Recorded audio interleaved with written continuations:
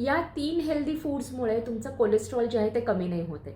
जर का तुमचं कोलेस्ट्रॉल वाढलेलं आहे आणि तुम्ही तुमच्या रुटीनमध्ये खूप सगळे बदल केलेले आहेत आणि त्यामध्ये जर का हे 3 पदार्थ असतील तर ते आजच बाजूला करा.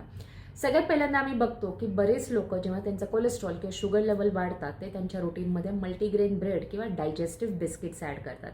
आता होतं काय, हे जे डायजेस्टिव्ह बिस्किट्स असतात त्याच्यामध्ये फायबर थोड्या प्रमाणात जास्त असेल, पण त्यामध्ये फॅट किंवा त्यामध्ये जे मार्गारीन किंवा ज्या प्रकारचं फॅट ते बिस्किट बनवण्यासाठी घेतलं जातं ते सॅच्युरेटेड फॅट असतं किंवा ट्रान्स फॅट असतं आणि ह्यामुळे तुमचं कोलेस्ट्रॉल जे आहे ते हाय लेवलला राहू शकतं.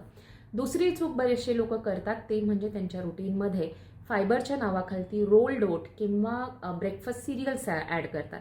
सो हे जे ब्रेकफास्ट सिरियल्स आपल्याला मिळतात मेजरली 90% ब्रेकफास्ट सिरियल्समध्ये साखर ॲडेड असते.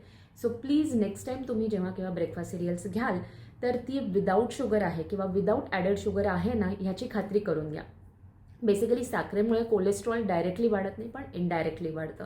होतं काय की रक्तातलं फ्रक्टोज म्हणजे जे सिम्पल शुगर आहे त्याची लेवल वाढते आणि ते आपल्या लिव्हरमध्ये जाऊन स्टोअर केलं जातं, कारण की ती एनर्जी जी आहे ती वापरली नसेल जात तर त्यामुळे सुद्धा रक्तातलं जे कोलेस्ट्रॉल आहे किंवा रक्तातली जी साखर आहे ते वाढण्याचं प्रमाण नक्की अधिक असतं.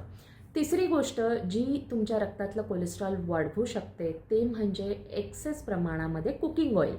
राईट, आता आपल्या सगळ्यांना माहिती आहे की जे काही कुकिंग ऑइल आपण वापरतो, सीड ऑइल जे वापरतो त्याच्यात कोलेस्ट्रॉल नसतं.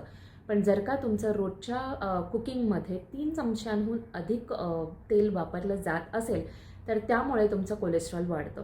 सो तुम्ही जरी अनप्रोसेस्ड किंवा तुम्ही जरी कच्च्या घाणीचं कुकिंग ऑइल वापरत असला तरी किती प्रमाणात वापरताय हे नक्की पडताळून पहा.